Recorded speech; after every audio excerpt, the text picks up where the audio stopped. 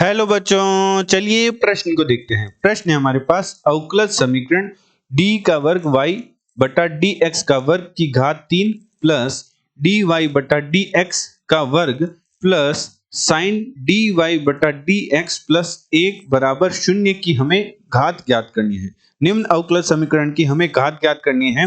प्रश्न के हमें 4 विकल्प दिए हैं a b c d, जिनमें से हमें एक सही विकल्प का चयन करना है। चलिए सर्वप्रथम हम प्रश्न के लिए मुख्य अवधारणा लिखते हैं।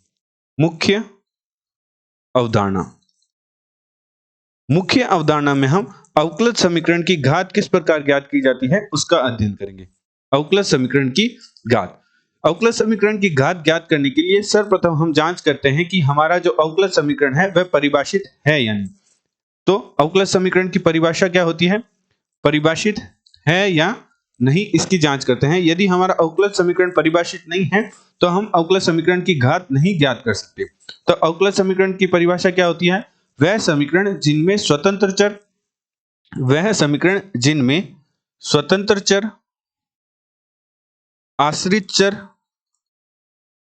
आश्रित चर तथा अवकलज गुणांक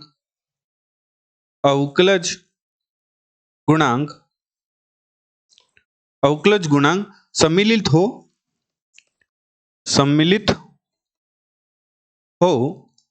अवकलज समीकरण कहलाती है। अवकलज समीकरण कहलाती है। यदि हमारी अवकलज समीकरण परिभाषित नहीं है तो हम उस अवकलज समीकरण की घात नहीं ज्ञात कर सकते। घात ज्ञात करने के लिए सर्वप्रथम हम अवकलज समीकरण की कोटि ज्ञात करनी होगी।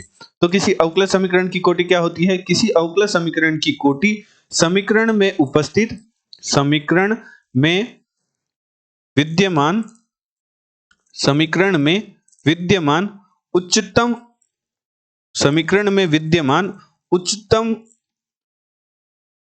अवकलज की कोटि ही होती है। तो सर्वप्रथम हम अवकलज समीकरण की कोटि ज्ञात करते हैं, तत्पश्चात हम घात ज्ञात करते हैं। तो अवकलज समीकरण की घात क्या होती है, किसी अवकलज समीकरण की घात अवकलज समीकरण में सम्मिलित, अवकलज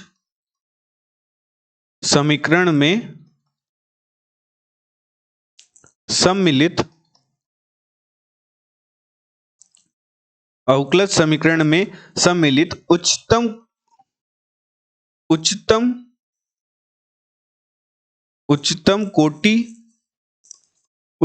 कोटि के अवकलज की घात ही होती है। अवकलज की घात ही हमारे अवकलज समीकरण की घात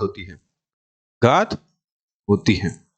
अतः प्रश्नानुसार प्रश्न में हमारे पास अवकलज समीकरण दे रखा है जो कि है d का वर्ग y बटा dx का वर्ग की घात 3 प्लस dy बटा dx का वर्ग प्लस साइन dy बटा dx प्लस 1 बराबर 0। तो चूंकि यहाँ जो हमारे अवकलज समीकरण दे रखी है वह अवकलज समीकरण नहीं है, क्योंकि साइन के अंदर हमारा अवकलज गुणांक दे रखा है, अर्थात साइन का कोण दे रखा है हमें dy बटा ds। तो हमारा निम्न जो हमारे साइन के अंदर dy बटा dx होने के कारण अवकलज समीकरण प्रश्न में दी गई अवकलज समीकरण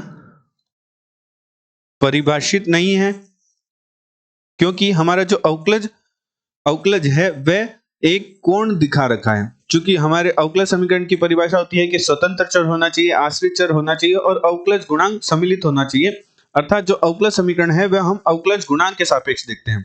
तो यहाँ हमारा जो अवकलज गुणांक है वह साइन का कोण दे रखा है, अतः हमारा अवकलज समीकरण है वह परिभाषित नहीं है।